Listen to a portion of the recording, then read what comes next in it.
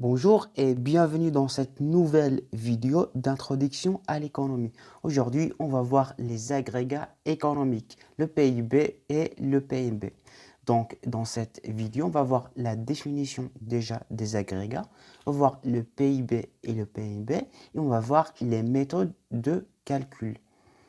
Alors, déjà, c'est quoi un agrégat? Donc, les agrégats sont des indicateurs synthétiques qui mesurent le résultat de l'activité économique. Ce sont des grandeurs de référence essentielles pour l'analyse macroéconomique et la comparaison, c'est-à-dire ils mesurent la croissance. Donc, les agrégats, ce sont des indicateurs qui nous permettent de mesurer la performance et le résultat de l'économie. Il nous donne une idée générale macroéconomique de l'économie et ça nous permet de comparer l'économie à travers le temps pour mesurer la croissance. Donc, dans cette vidéo, on va voir le PIB, c'est-à-dire le produit intérieur brut, et le PNB, le produit national brut. Le produit intérieur brut est défini comme la somme des valeurs ajoutées réalisées par toutes les entreprises présentées sur le territoire national, quelle que soit leur nationalité. Donc, le PIB, c'est un indicateur qui nous permet de mesurer la production dans un pays, la production de toutes les entreprises dans un pays, quelle que soit leur nationalité. Donc, on a deux types de PIB. On a le PIB marchand, c'est la valeur ajoutée des entreprises financières et non financières. Et le PIB non marchand, c'est la valeur ajoutée non marchand de l'État. Donc, on peut calculer le PIB selon trois méthodes. On peut calculer le PIB selon la méthode de la production, ou bien la dépense, ou bien la méthode des revenus. Donc, pour la méthode de la production, donc, le PIB, c'est la somme de la valeur ajoutée plus l'impôt moins les subventions. Donc, c'est quoi la valeur ajoutée? La valeur ajoutée, c'est la richesse créée. La valeur ajoutée égale la production moins la consommation intermédiaire.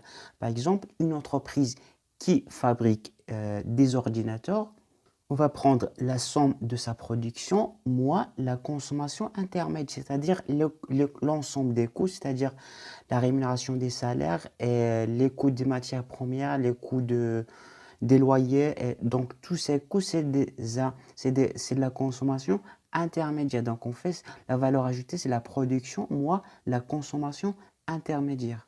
Donc, la PIB, selon l'optique ou bien selon la méthode de production, ça nous donne PIB égale la somme de la valeur ajoutée plus impôt moins subvention.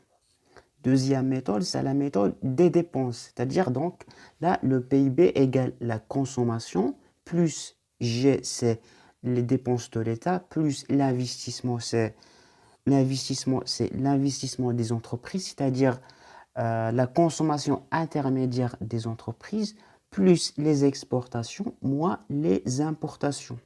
Donc, la consommation ici, c'est la consommation finale des ménages. Grand G, c'est les dépenses de l'État.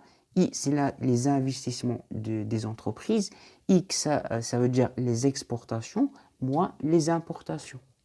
Troisième méthode de calcul, c'est la méthode des revenus. Donc, dans cette méthode, PIB égale S, c'est-à-dire le salaire, plus le profit, plus I, c'est les intérêts, RM, c'est le revenu mixte, plus T, c'est la taxe de la production. Donc, le PIB, selon la méthode des revenus, il nous montre la rémunération des agents économiques. C, c'est la rémunération des salaires. P, c'est le profit, c'est-à-dire la rémunération des entreprises. I, c'est la rémunération des banques. RM, c'est un revenu mixte, c'est-à-dire les loyers, c'est-à-dire les autres revenus. T, c'est la taxe de la production, c'est-à-dire l'État. Le PNB, c'est le produit national brut. Donc, il mesure la richesse créée par les agents économiques, quel que soit leur lieu de résidence. Donc, c'est un indicateur qui permet de mesurer la richesse créée par les entreprises d'une même nationalité, quel que soit le territoire. Donc, on a dit que le PIB, il mesure la richesse créée dans un seul pays. Le PNB, il mesure la richesse créée par des entreprises d'une même nationalité, quel que soit le territoire.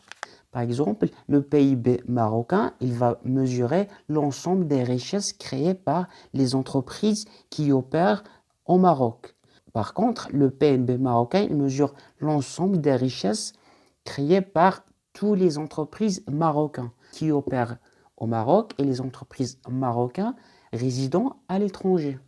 Donc, la méthode de calcul de la PNB, c'est PNB égale PIB plus revenus reçus de l'extérieur moins revenus versés à l'extérieur. Revenus reçus de l'extérieur, par exemple, c'est des entreprises marocaines qui opèrent à l'extérieur, les revenus qu'ils envoient au Maroc, donc c'est ça la somme. Par contre, revenus versés à l'extérieur, par exemple, il y a des entreprises étrangères qui opèrent ici au Maroc. Et à la fin de chaque exercice comptable, ils versent des revenus à leur pays d'origine. Par exemple, Renault, c'est une entreprise française qui opère au Maroc. À la fin de chaque exercice comptable, donc, il envoie des revenus au pays d'origine, tout simplement. Donc, voilà en général la méthode des calculs de la PNB et la PIB. J'espère maintenant que vous avez compris maintenant comment on calcule le PIB et le PNB. Si vous n'avez pas encore compris une partie ou bien vous avez des questions, vous pouvez toujours les laisser sur les commentaires. Pour recevoir les prochaines vidéos, abonnez-vous. Allez, je vous dis bon courage et à bientôt.